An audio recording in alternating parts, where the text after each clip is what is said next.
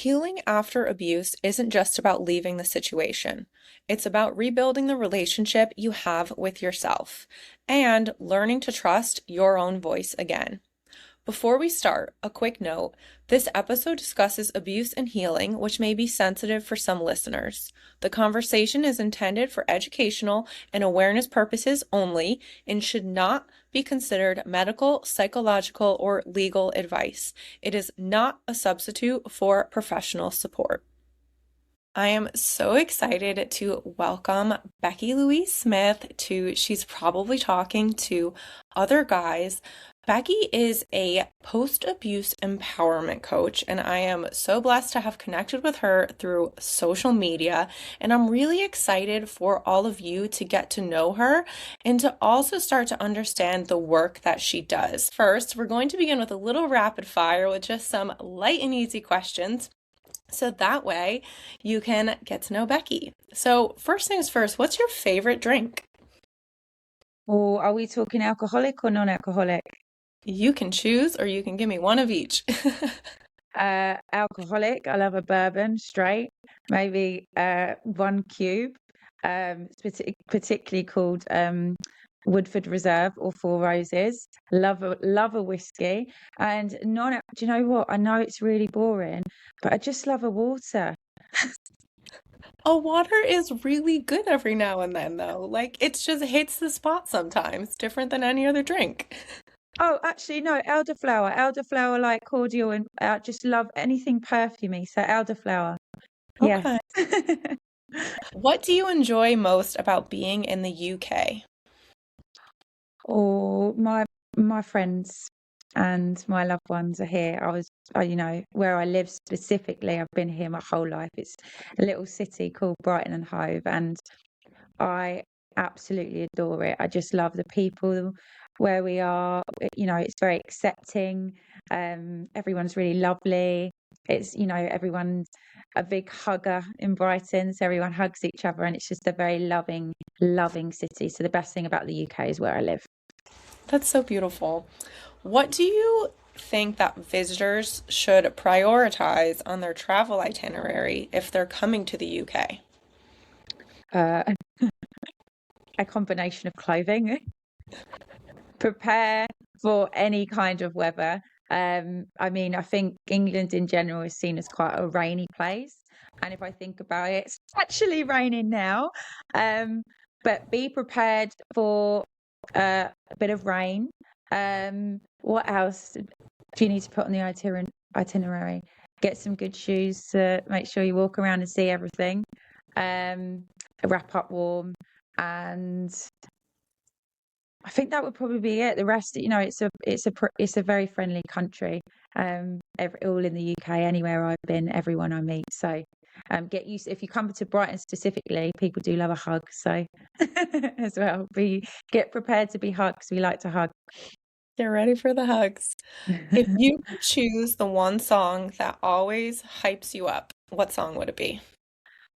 Oh, this is great. What one always hypes me up? Okay, so there's a song called I think it's called Hearts on Fire, and it's from Rocky. Do you know the Rocky movies? Yes. Yeah, there's a song in there. So any of the Rocky montage movies, if I'm listening to, and I really like, if I go to the gym, that pumps me up. Like I just love listening to it, and it gets me all ready to go. Love that. What is your guilty pleasure TV show? Oh, I've got so many. If I choose, then it's Fleabag. Have you heard of Fleabag? I have not heard of that, no. Oh, it's so good. It's brilliant. How do I describe it? You don't know her name. We call her Fleabag, and she actually it's about her experiences in life, but she actually talks to the camera like she's talking to you, like you're her friend, and it's brilliant. I've watched it like 6 times now, and I cannot get enough of it. It's only like 6 episodes or something per season, and they're not very long because I know, like in the US, some things I watch, you got like 22 seasons and there's like 20 episodes. So this is only like 2 seasons, and you only get like I think it's 5 or 6 episodes, and that's it, and you're done. And it's phenomenal. It's really good. I highly recommend it.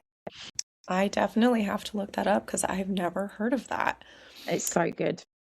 What is a favorite snack that you always go to? Chocolate. Chocolate in the UK. Have you had UK chocolate? So, would that be considered like Cadbury? Yeah, dairy milk. But I think obviously I don't know if it's the case, but obviously Cadbury we've got um well yeah, Cadbury is like one of the and Mars. I don't know if that I don't want to say if that's UK, but in specifically the chocolate that we have in the UK, just any chocolate. Just I could eat it morning, afternoon, and evening. I am obsessed. I love it. I have to admit, being a ballroom dancer, I work with a lot of people from all over the world, and we're all coming together teaching at different studios, but they do bring chocolate over, like when they go home and then they come back and then they have snacks from all different places.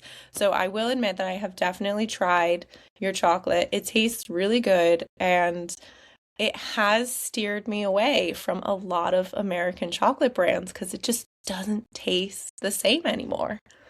No, and look, I never want to criticize or, no disrespect, but like I've had Hershey's and I'm not a big fan, but I do really like Reese's. So Reese's peanut butter Mhm. cups are so good. So I think, you can get I think it depends on your taste, isn't it? Because some people will love Hershey's, but Cadbury's, Galaxy, have you heard of Ferrero Rocher's? Yes. Oh, I love I sit and eat a whole box with no absolute don't even feel sick after it. So I just love chocolate. I got a separate stomach for it. Well, now I know if we ever meet in real life, we need to have some chocolate. We're gonna Yeah, need some Reese's. I'll bring the Reese's, you bring the Cadbury, and we're good. I'll bring everything else for you. Yeah. Do you have a favorite musical artist? Queen. All right. Bohemian Rhapsody is the best song ever written, and I will argue forever over it because that man, that band, absolute pure talent, and his voice is just like no other. So every time Bohemian Rhapsody comes on, I will listen to it from start to finish at any birthday party I have, and it's my favorite song ever written. Am I wrong in saying that it's 8 minutes long? Is it longer than that? I think it's about 7 to 8 minutes, and there was hardly, everything that they did is just so original. It wasn't overly produced. There wasn't loads of them doing it. It was just pure talent. And I think he's phenomenal. Well, he was, and he still is phenomenal. Freddie Mercury is hands down my favorite. It's phenomenal. Now, here on the podcast, she's probably talking to other guys. A lot of it is about kind of debunking some assumptions, assumptions that people make about us, assumptions people make about different topics.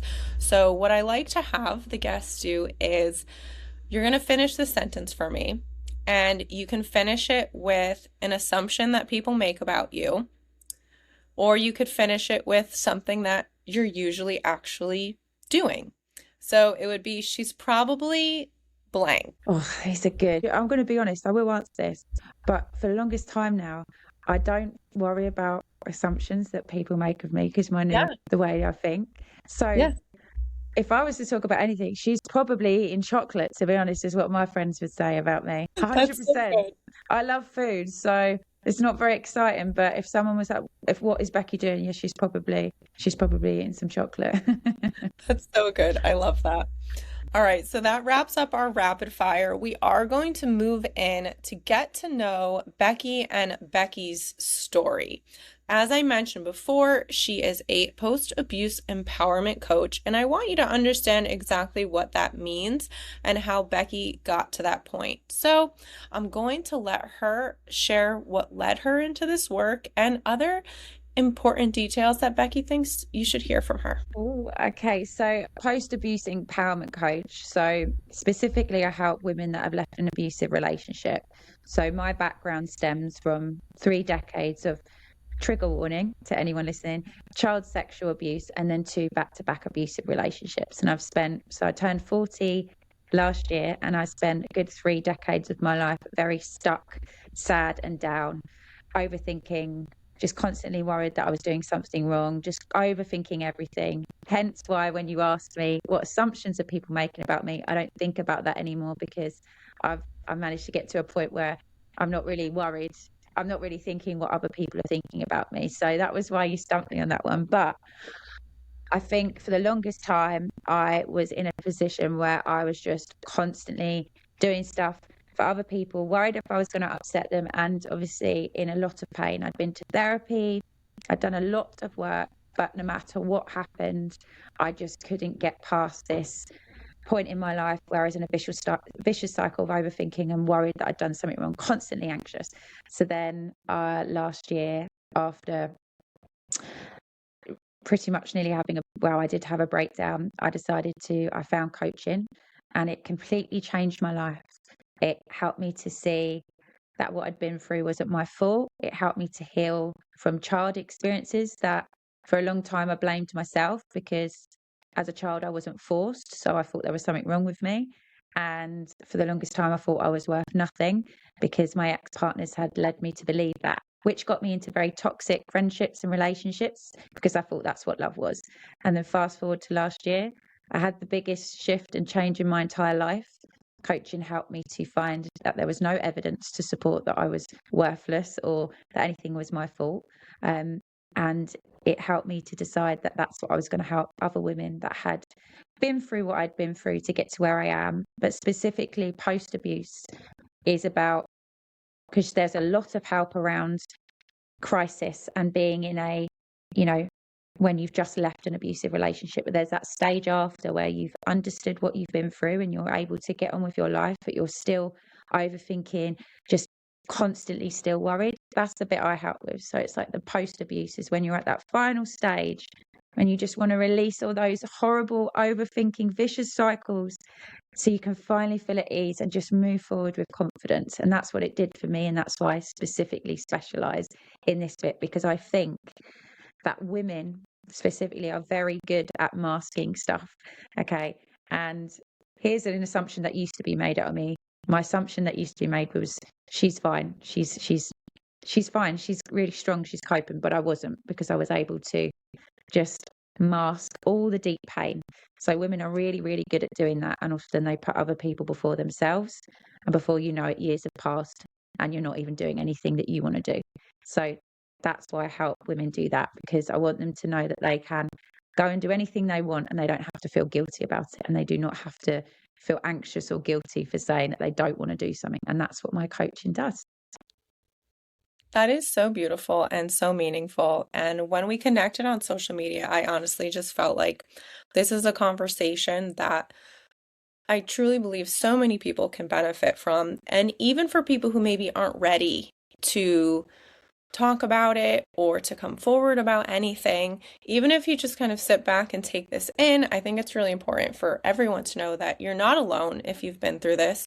And maybe if you haven't been through anything related to our conversation, but you know someone who has, maybe this conversation can also help you to find ways that when they're ready, maybe you can help support them and be a support system for them as they go through this. So let's dive in to a few assumptions that are made. And again, these ones, when I say them, I want you to just give your genuine reaction and then how you would reframe this. And you're allowed to swear too if you really don't like some of them. Oh, good. Because yes, that is I definitely will. Good. Thank you. Assumption one is confident women don't overthink. No, I don't. I don't agree with that at all. I think that you can look at someone and think they are the most confident person in the world, but there is still a moment where they can definitely overthink. Like, I will walk into a room, and don't get me wrong, now I feel pretty much 99% comfortable, but there's still that moment where I definitely have a moment of overthinking. And I think to assume that just because you look confident, you never overthink, that's not true, because everyone overthinks something. And I completely disagree with that.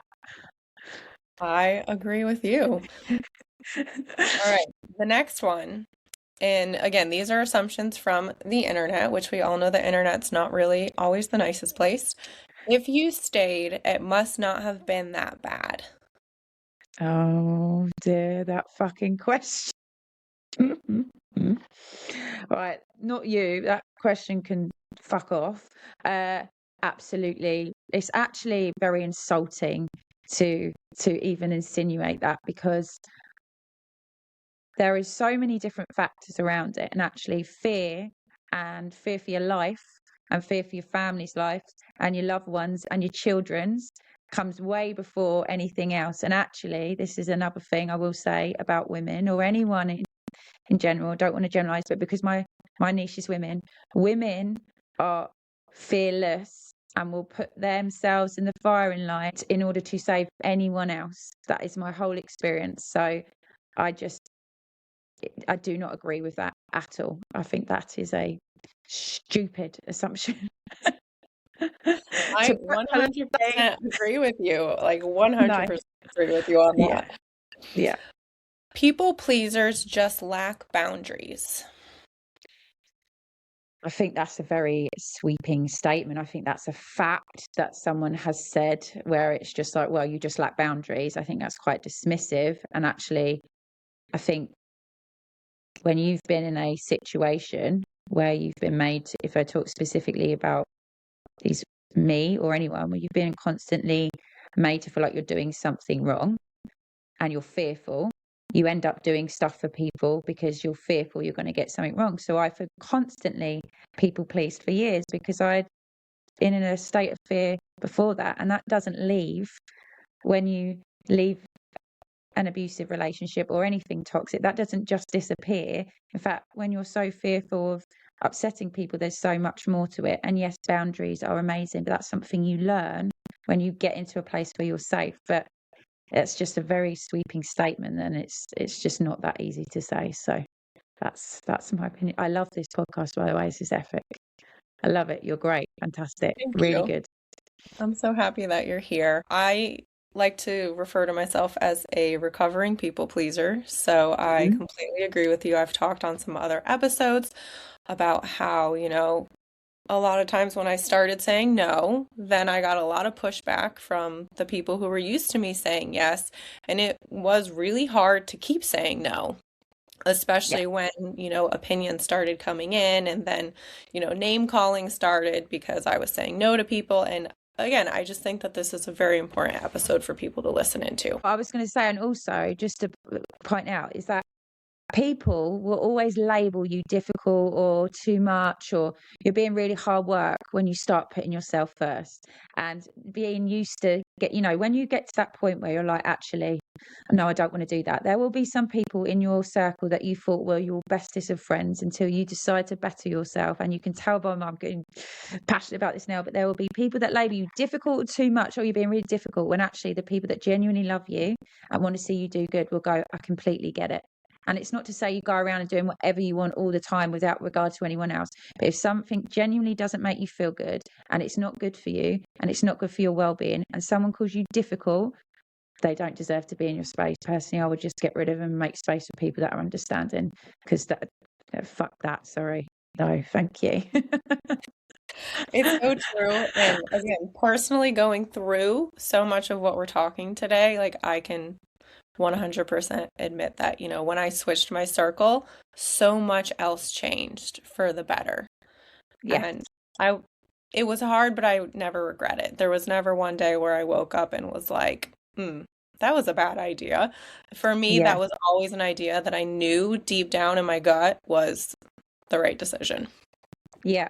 And you do, don't you? You look back and you're like, actually, since I've made space for the right people, I've never felt more at ease. I've got people around me that just want me to be happy and love me, and I'm not having to fight for their approval or for them to be happy. They're just happy to see me thrive, right? They just want the best.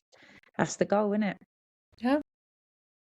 Our last assumption for this portion is, and I think you did already mention on this quite a bit, but strong women don't end up in abusive dynamics. It's absolutely ridiculous. Where are these from? Who has said this? Let's find them and have a chat. No, I think underestimating how much strength it takes to stay in an abusive relationship, okay, for a very long amount of time. There is a strength and resilience like it no other. Okay, to endure that mentally, physically, any of it is is so challenging and difficult, okay? To fear your life daily, to fear that you're going to be put down, to constantly be on eggshells. Just there's so many elements to it. It's so complex to endure that. And that's why when I coach my clients and I speak to any of amazing women, it's like look at your character as a movie and you tell me if you think that she isn't strong. Because I'm telling you now, the strongest people endure that and come out. And that's that. No, no, no. I, no. But do you know what? And I don't think, I know I keep bringing it back to women, but I don't think I've never, well, women are the strongest. We can endure so much. We have a capacity to love so much and also endure so much that's what makes us so beautifully complex, that there is nothing weak about us in any sense of the word. So no, thank you. I just think you cannot assume anything when it comes to this, because unless you've been in it, unless you've really been in that scenario, and again, and everybody's journey is different, you really don't have really any opinion on it apart from just making sure the other person is all right. Do they need anything? But assuming that you're not strong because you stayed in there is ridiculous. Mhm. We're going to move into a little bit of a conversation on overthinking and then our Mm. intuition. So, how do you think people can start to tell the difference between when they're overthinking something and when their intuition is trying to tell them something? Oh, that's a good question. I always like to go with my gut and how it makes me feel. So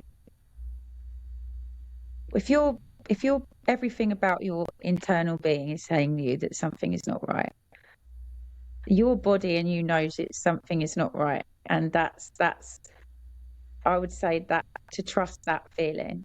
There's a difference between, like, for example, have I switched the oven off? Okay, that's one thing that is an example of like overthinking. But if you've decided, for example, that you really don't want to do something and the people around you are making you feel bad about it, and then you're overthinking, or you've said how you feel and then you're overthinking that conversation over and over again, but you know deep down that there was no intention behind it to be rude, that you was not doing anything horrible. And as long as you're intentionally good and respectful, don't get me wrong, I'm not saying be a doormat.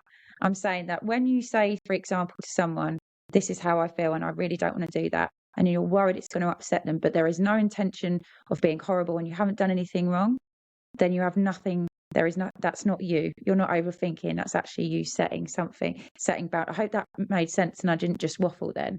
And I feel like that's the difference. That if in something is telling you that's what you really want to do, but you're worried about the other person, then it's not a you thing. And that's the difference. Did that make sense? Is that, Yes, yeah. Okay, absolutely. good. Yeah. Good. Yeah, I was going to use an example. So there was a decision that I had to make, and just, in my gut, I knew that maybe it wasn't going to end well, but maybe it was just like I didn't want to do it. I didn't feel like in the moment that was a good decision for me to make. So I told the other person who was involved, I just have this gut feeling that this isn't the right situation for me, so I want to back out now before we get any further into this discussion. And then come to find out that person made fun of me for saying that I trusted my gut, and that's such a stupid thing to say, that you would trust your gut. And I think my jaw dropped probably in the moment. And then for me, it was just the reassurance that getting them out of my circle, that was a good decision. And obviously trusting my gut was the right thing to do, because that was their reaction was, oh, she said she trusted her gut. How stupid. Well, that's the key in dismissing you there, isn't it? Because the, if you say to someone, it just doesn't feel right for me, and you're genuinely feeling inside that means that it's not comfortable for you, and to make fun of you is just so completely dismissive. So yeah, you trusted your gut and you were right. So I'm glad they're not in your circle anymore. Yeah. We're going to move into just the thought on, when do you feel like overthinking becomes a trauma response? And do you feel that overthinking can actually be called a trauma response? Oh, this is difficult, right? Because I don't specifically deal in trauma specific. I know I'm around trauma, but I'm usually like the post survival mode. But if we I think if we take into account, because obviously going through domestic abuse is a trauma response, then yes, I 100% believe that. So I'll take my example because I don't like to talk about anyone's specific experience, but if we take mine, okay, for the longest time, for years, I constantly was made to feel like it was my fault all the time, okay, and constantly doing that, constantly worried, I that just came with me. And that is a purely response to constantly being told it's my fault. So I think, yes, long-winded answer. I think that is definitely a trauma response.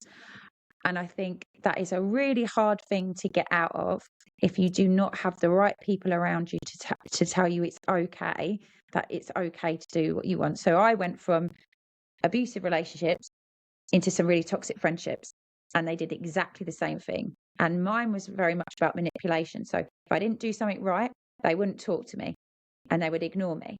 And I've had that as childhood as well. So that has carried me my whole life. So instead of me saying what I want, I would constantly be worried if someone didn't talk back to me, because I'd be like, are they not going to talk to me? Are they going to ignore me? That punishment. So yeah, 100%. It's a trauma response for me, and I think that's you can stay with you for years. So yes, yes, I do. And in your post work, do you feel that you do help people through overthinking quite often? Because the overthinking is something that I'm sure does stay for a long time. So I imagine you have a lot of work when it comes to overthinking. So that is what I specialize in specifically. So overthinking, people pleasing, and making decisions with ease. Something that I will see often, and what I did, and something I posted is about, is like you can leave, but their voice stays. And when you're in coaching, I will often find that when we find out the reason that maybe, for example, you just don't feel you're capable, or you're just not very confident, or it's because something that they have said and you've constantly been told. And it's really, really difficult to let that go. And it can stay with you for years and years and years. So that's specifically overthinking, people pleasing. And the reason I do, like you got the reason I deal specifically in that stage is because you can be fine for years, as I said, but that doesn't go. That's something you need support with, because you need to show yourself that actually you are confident and capable of doing amazing things. And it is okay to say yes, but you have to see the evidence of that, right? So sorry, I'm waffling now, but for example, when you've been in an abusive relationship for years and years and years, and then you go into the unknown and you don't know what it's going to be like, it feels much safer to just be like, okay, I'll just do what you want, because I don't want to get told off, or I don't want anything to happen. You have to show yourself that it's okay to say what you want, and you need to find the evidence to show that nothing bad's going to happen. And that's specifically what I do. Yeah. What do you feel that self-trust actually looks like in everyday life? Well, it's not big moments like anyone would think. It's not like this huge explosion of, like, you walk into a room, your confidence. It's those small moments where you're just like, you send a message to someone, or you say to someone, actually, I don't want to do this today. Or you wake up and you're like, okay, I think I'm going to go do something that I want to do, and actually I can't. Or if a friend asks you if you can do something and you're like, actually I really can't do that today, sorry, I'm actually feeling. Say for example, a friend asks you to help them with something, and you've been working at 7-8 hours or 10 hours, and you're just so tired. It's okay for you to say, actually, I can't do that today. Can we do that another day? And then sit there at ease and be like, I picked a decision for me and I don't feel anxious about it, and my chest isn't tight. That for me is self-trust. And it's like, I trust I've made the right decision. And you just carry on with your day and not thinking about it for 6 or 7 or days later. That's what it looks like in my eyes. How about you? What do you think? I feel like it's making a decision and sticking with it. And again, comes from maybe when I would make decisions and get backlash on it, or I would start saying no to people and then kind of get backlash at it.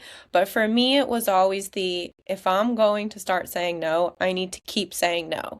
Like, I need to keep these decisions. I know what my end game is, and saying yes does not get me there.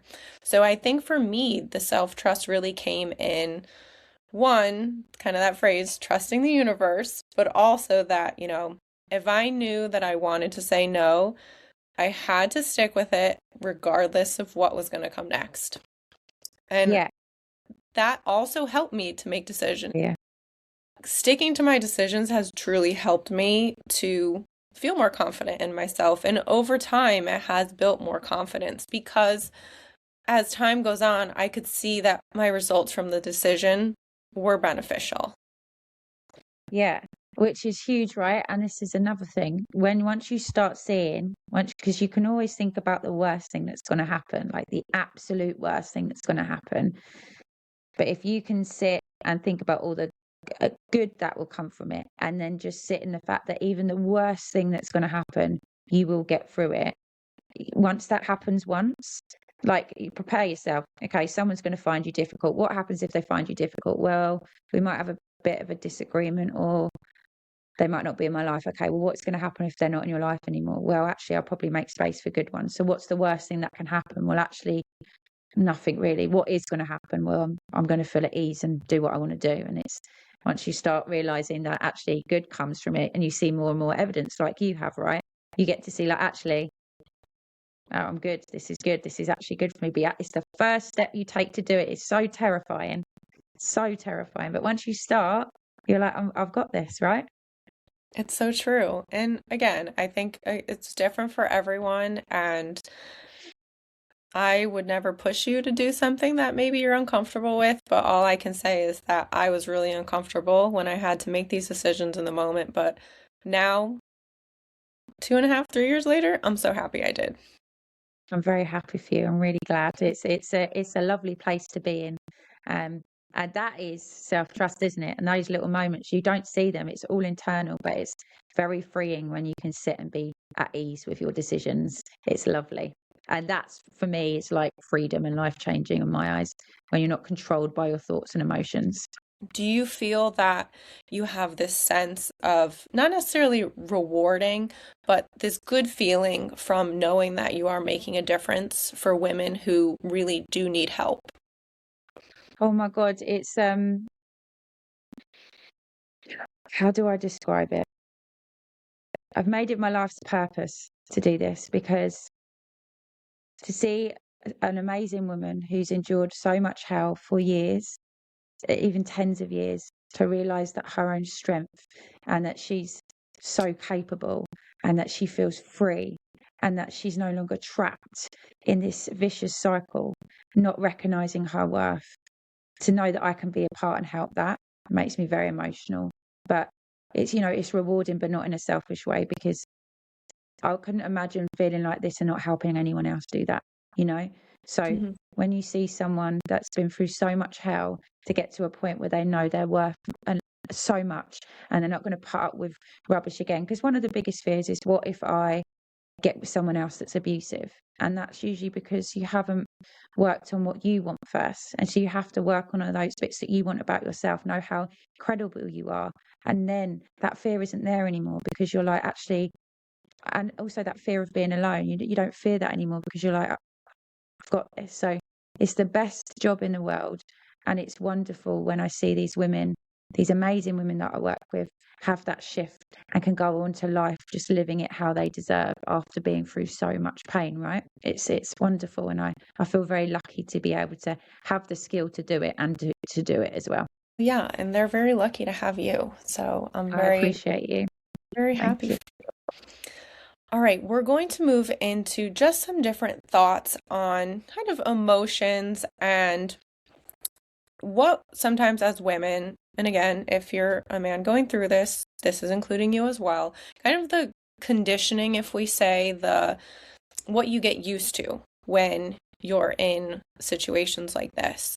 Why do you feel that women start to feel responsible for others' emotions? I think that feeling responsible for other people's emotions is because, okay, let's talk about my experience or from what I know. When you're with someone that's very abusive and manipulative, and you're very vulnerable and you're very loving, It gets a point where you start to believe what they're saying. Remind me of the question, because I often get into a thing. Right? So I start getting really passionate and then I carry on talking. Then I'm like, did I veer off? Remind me of the question, So, why please. do women feel responsible for others' emotions? Okay. So I think generally women, I don't want to, I don't want to exclude anyone, but I think generally women hold more emotional responsibility for emotions anyway, because they're very nurturing. And I feel like women naturally feel responsible because they're very caring, they're very protective. Any woman I've met, caring women, they take responsibility of everyone's emotion on, because they want to make sure the other person's okay. That's what I was saying earlier. Women will stay in these situations to protect other people. So they take that on because I can't speak for every woman, but anything I know is because I feel like we feel things really deeply. Then when you're in that position where someone is treating you horrifically and constantly making you feel like you're always doing something wrong, when you finally leave, again, that doesn't leave, doesn't it stays. So you just take on the responsibility from everyone else. And I think there gets a tipping point when you've been in an abusive relationship where it obviously gets too much, and that's when you end up with the people pleasing and everything, because you feel so responsible for everyone else, because you have been made to believe that everything was your fault. So why would it not be your responsibility to put everyone else before yourself? That's what I genuinely think. And when it comes to recovering from people pleasing or starting the process of setting boundaries, why do you feel that there's a lot of guilt involved when it comes to that process of learning how to set boundaries and learning how to say no and self-trust? I think the guilt comes from, again, being made to feel like your needs don't matter, and being constantly made to feel like you are in the wrong. In fact, it always becomes autopilot that you put other people first, because you've got the fear first, the fear you've learned to do that. Anything in an abusive relationship, you have learned to keep yourself safe. So that means I'll put myself second. So I put myself second in every single situation to keep myself safe. That again that doesn't just go.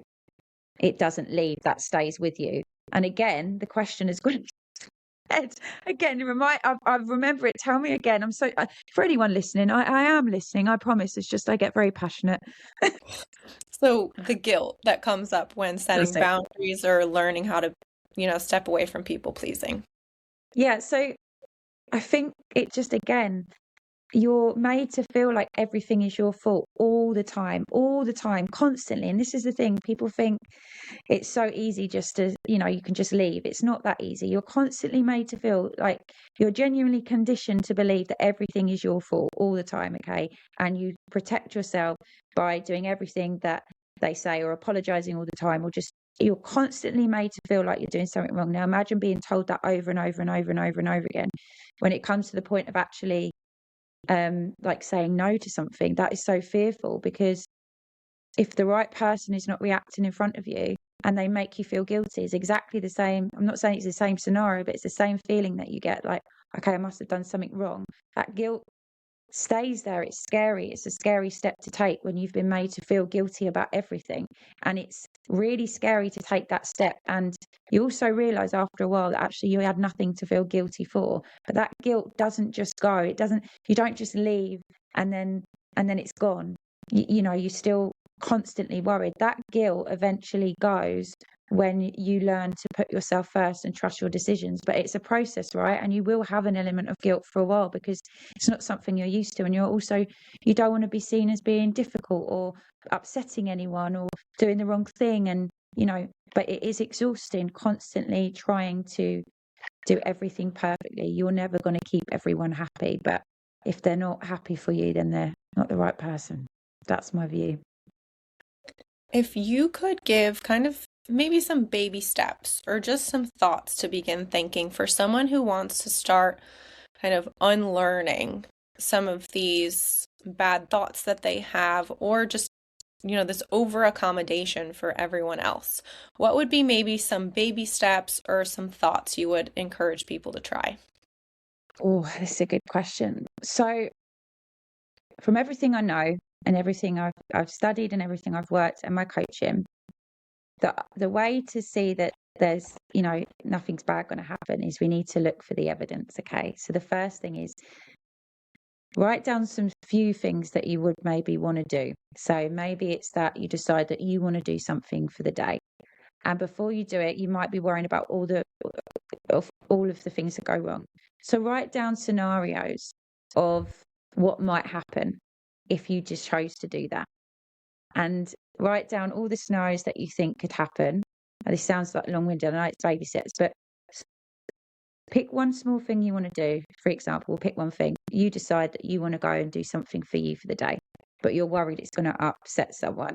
Write down a few scenarios that you're worried about, and then genuinely think about what's the worst thing that can happen if that happened. And when you start to realize actually nothing bad could really happen, and then go and do it, you'll reinforce with your thoughts and yourself that actually it's okay for me to do it. And it doesn't have to be anything massive. It could be, why don't you text a friend and say, is there any chance we could do this today? And if they come back with a good response, then you've supported yourself. But I always think prepare yourself of what the worst that could happen. And as long as you know that nothing really bad's going to happen, then in reality it will be good for you. Then that is a really, really good thing to do. But always start small. Start with one thing you want to do. Even if it's just for yourself and you don't involve anyone else, that's another way to do it as well. I love that tip. Something I've always found that helped is writing things down. For me, I don't know if this makes sense to anyone, but for me, in my mind, I've always said that if I write something down, like I don't have to keep it in my mind anymore. So it's almost if there's something bothering me, I need to write it down. And then I don't know how to explain it. It kind of like takes myself out of the equation in a sense where now I can just look at what I wrote down and it makes my decision easier. Like, okay, so do I really need to keep thinking about this or can I just let this go now that I've kind of taken my emotion out of it and written it on a piece of paper? Something about that. I don't know.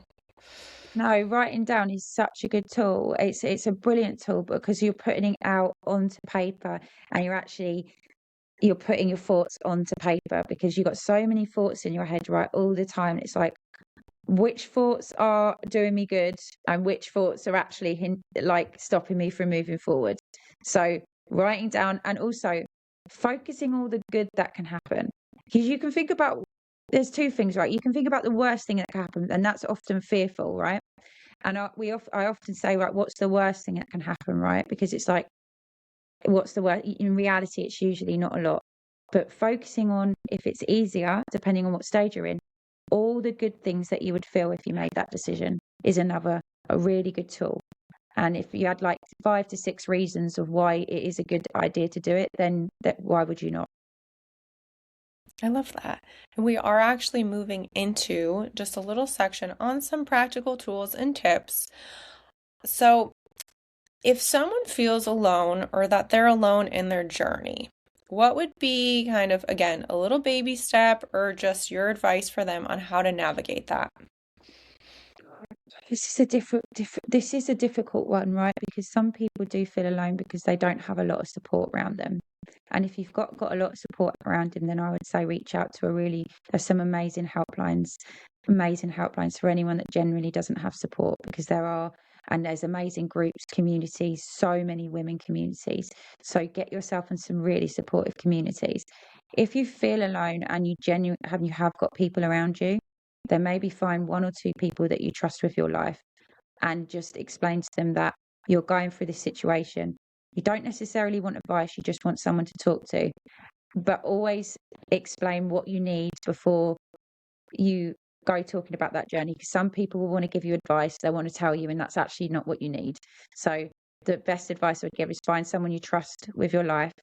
Just explain to them what you're going through. Say you're feeling very lonely. Say, I just need to talk about this. I need to know that you're there, because sometimes you need to give people instructions for them to know, because some people will just go and you sometimes don't need that.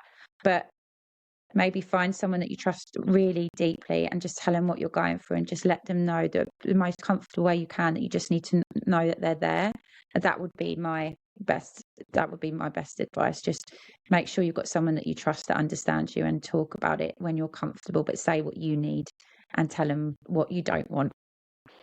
I agree that that's very important to make sure that you explain what you don't want them to do because a lot of people think that offering advice is helpful, but in situations that maybe they haven't been in, they don't realize that, their advice probably isn't going to help. And I think sometimes it can kind of cause more of a negative feeling about it.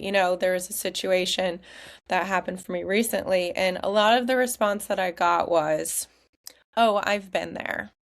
And with how specific the situation was, it's just literally you have not been there. And I know that for a fact. So Yeah. then it was like for me in that moment, I had to decide, okay, I just need to sit with this and not try to tell anyone right now because I don't want to keep getting this. Oh, I've been there because it's just you haven't.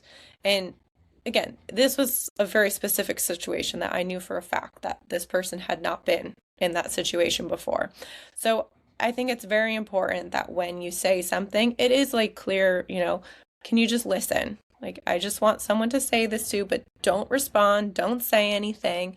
And personally, I have found that that's, again, maybe that might be a hard boundary even for people to set up, but I've always found that it's very important to be clear about what you want. Otherwise, you do get a lot of unsolicited advice, whether it's helpful or not.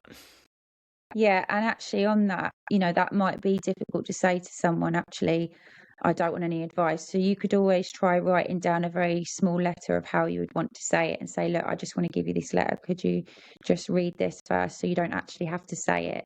And that's what I'm saying. Find people that you trust. And when they read it, they'll, they'll be like, okay. And then you can just explain to them what you need in a letter. If you're nervous about writing it in a text or you're saying it on a phone, give them that to read. And then once they're ready, they can come to you, because then you're not having to say it, and writing it down sometimes is easier. So that's another really good tip, right? And when you're giving it into paper, you're handing it to them, and then you can maybe walk away and give them that space to read, because sometimes writing it down is also helpful as well. So there are probably some really good things that could really help. Now, if you were going to talk to someone about setting boundaries for the first time, what's something that you would encourage maybe someone to start with? I think it's always good to try setting boundaries with people that you really trust. Also, I would always try and exercise it, specifically if I was working with them, to talk through the boundary, talk through how they would set that. It's always good to visualize how that goes and imagine the different scenarios that would happen that would be good for you. But maybe start off by talking to someone that you really trust, that loves you, and speak to them about it. And as even a small boundary is just saying something that, I don't know, let me give you an example. Just just saying a decision that you want that doesn't work for you. So even if it's a case of speak how could I do it? What would be a good example? These are such good questions, by the way. Um, Start off by just making a decision where you know that there's not with someone that you trust, that's not really a big one. So even if it's just can't think of it. Uh, I would like to decide what I want to eat for dinner on a Tuesday now, because I would like to eat food of my choice. And I know that sounds like a really small one, but you've made a decision, or you say on a Tuesday I would like it if I cook tonight. And because if you say it to someone you trust and you know you've got a good response, then from there you can move on to bigger things. But it's all about just taking little steps to decide what's not right for you, or speaking to a best friend and saying, would it be okay if we maybe, um, what's another one?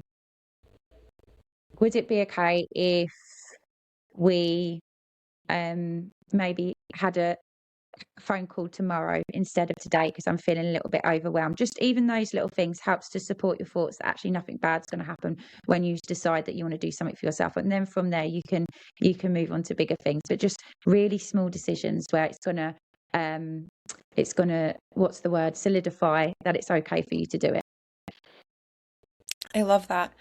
And when we're talking about self-worth, there are so many different tools and tricks that people talk about these days. My personal favorite habit is from Mel Robbins. I call her Auntie Mel because I love watching her videos, but she has the high five habit where you give yourself a high five in the mirror because the idea is that, high fives have been reinforced as something positive, typically since you were little. So that's always kind of my self-worth habit that I do. And it always brings me like this little glimmer because it's true. A high five is something that generally we see as something positive. What would be a habit that you've gotten yourself into, or maybe one that you recommend to people to try? Oh, I love the movie one that I used earlier, and I use it with my clients. I use it with my friends. It's that at any point, if you think that you're not capable of something, just think of your watching yourself as a character in a movie. If at any point you think, "Oh, I just don't know if I can do this," see how much you've overcome and look at yourself in the third person, and then you try and tell me all the things that you feel, and I guarantee you'll think, if you was to think like that, you would think how absolutely incredible you are. And if any point you doubt yourself, you will get up and be like, I've survived all that, I can do anything. That's what I do ever. I always think about everything I've overcome, and it's like I can do anything. And I would highly recommend anyone to do that. The same for you, right? If you looked at your character in a movie and all you've become, what would you think about all you've done? I would say that she is a bad bitch and she got through all of that, even in the moments when she didn't think she was going to. Exactly. Now imagine waking up being like, well, I'm sure you do, but feeling like, yes, I'm a bad bitch. Imagine what you could accomplish with that. And that for me is gold. That's works and I do it and I love it. That just gave me like little tingles too when we were Good, talking because you about that. are a bad bitch and you can do anything. And this is the thing, women think that they are not always capable. When you look at all you've survived, you can literally do anything. Anything. You're phenomenal. So remember your character always. I love this. I am so happy that we are chatting together right now. Same. I'm having a great time. Cheers to social media for connecting us together. Absolutely. One last portion in the tools and tips. When overthinking starts, a lot of times it can lead to a spiral, which kind of spiraling out is what we want to try to avoid. What do you feel is one trick that maybe helped you or something that you recommend to kind of stop the spiraling before it begins? Well, this is a good question. I think it's perfectly normal to sometimes have a spiral. Because, don't get me wrong, we're all human. We can be caught off guard. I don't ever, never have a moment, for me, when I get into an absolute panic, if I ever do, about something new that comes up, or, like a trigger that's, okay, don't get me wrong, I'm, I'm pretty much healed, but there are days when I have a bad day and maybe I panic. So for me, would probably be, if I was to ever worry again about upsetting someone, it would be always just to remember in that moment, wait, what was my intention behind it? Have a look for the evidence to suggest if there's anything wrong, if you've done anything wrong, for example. And when you do that, that can immediately help, because it's like, I'm very logical. So I like to say, okay, where is the evidence to suggest that you need to overthink about this? It's like, well, actually, none. So look for the evidence to support what you're overthinking about. And if there's none, stop it. So always say, where's the evidence? There's none. Okay, we're good to go. Let's carry on. I am definitely going to use that one. Thank Try you. it. Try it, please. I do it all the time and I love it. Before we wrap up, we are going to just talk about the importance of highlighting some small wins that happen throughout the day. So, first things first, what do you feel is the importance of highlighting the small wins? I think it's the most important, because for everything that we see in every day, everything's so big and exaggerated. And actually, we miss the small moments. We miss the small wins, being able to get up and be like, okay, I got out of bed today. I washed my hair and I'm not feeling anxious. And I had a good day and I feel at ease. That's not big, but actually, that's like something that so many people long for, that I longed for. So always remembering that it's not something big that is important. It's actually just these little things that make up your day. And then before you know it, if you look back your whole day, you've had several, like, instead of looking for that big win that might not necessarily come, when you look back and then you count, maybe you've had 10 to 15 wins. You got up, you had a shower, you brushed your hair, you know, you went and got some breakfast, you did a workout, you saw some friends, you had a chat on a phone, sat with my husband or sat with my cat. And sometimes I just sit with my cat and I'm like, oh, this is lovely because he keeps me present. Then I got to watch a nice film, sitting in my warm house with clean water and food that I can eat. You start to realize actually there's so many beautiful things that you've got, and the big things actually, they're few and far between, but they're not as important. That's my tip. Do you have a favorite small win that you personally like to celebrate? Favorite small win. Just, I think every day for me, a small win is just feeling at ease, just waking up and not feeling anxious and making a decision and just being okay with it and saying no to someone and not overthinking and not worrying about a conversation. That's something I suffered with for, as I said, years. And that's why I specialize in this, because I don't overthink things. I like making a decision, and I've had a conversation and I'm not worried about what I've sent in the text. I'm just like, and I move forward. And that for me is always going to be that's a big win for me, to be honest, because that's years of feeling crippled by anxiety that's gone. So that's mine. I love that. So I'm just going to list a few small wins so that way, I think that some people are still hesitant to try this or maybe feel silly about celebrating small wins. You already mentioned, waking up, taking a shower, getting out of bed, things like that. They can be something as simple as, saying, well, I'm going to take that back about as simple as, because I know these aren't all simple. You said no without apologizing. That could be an example of a small win. You didn't overthink a text you sent. You got out of bed even though you really didn't feel like it. I think that those are all really important. Maybe you're someone who's really shy and out in public, you said hi to someone. I mean, that could even be an example of a small win. So I think that when you stop looking at it from a perspective of, oh, this is silly, or are other people going to judge me for this? I truly think that you'll find so much more joy in the little moments. And that's something that I've truly worked on as well, as celebrating these little moments.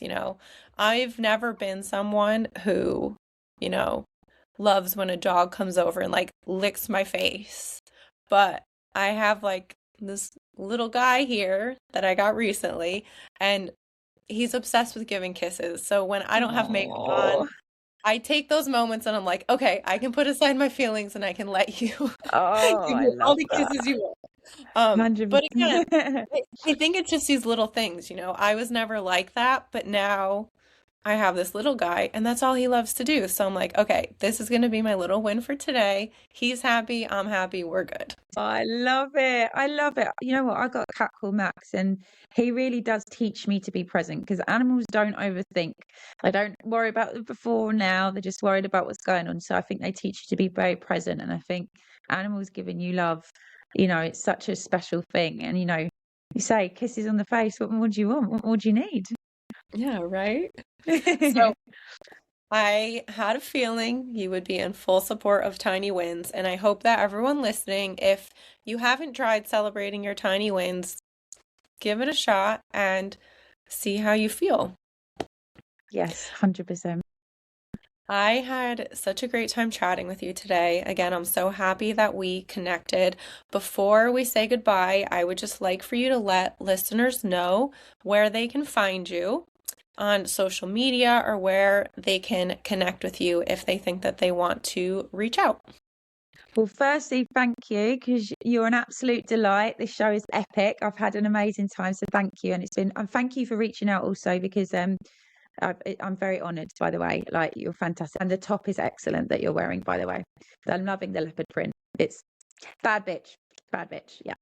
Just Becky Louise Smith, coaching. I've got a website called beckylouisesmith.com, and then my Instagram, my Facebook. It's all the same everywhere. You message me, drop me an email. It's coaching@beckylouisesmith.com, and I would love to hear from you. But I appreciate your questions and how good this podcast was, because I had the best time, and I've had an absolute delight talking to you. So thank you. Of course, thank you. And for everyone listening, I will spell out her handle and her website in the description on Spotify, so you'll be able to find that with the spelling and the links as well. Thank you for tuning in to this conversation today. Healing, rebuilding self-trust, and learning to set boundaries isn't always easy, but conversations like this remind us that growth and support are possible. If this episode resonated with you, feel free to share it with someone who might benefit from hearing it too. And as always, take care of yourselves and each other. Informational resources can be found in the episode description.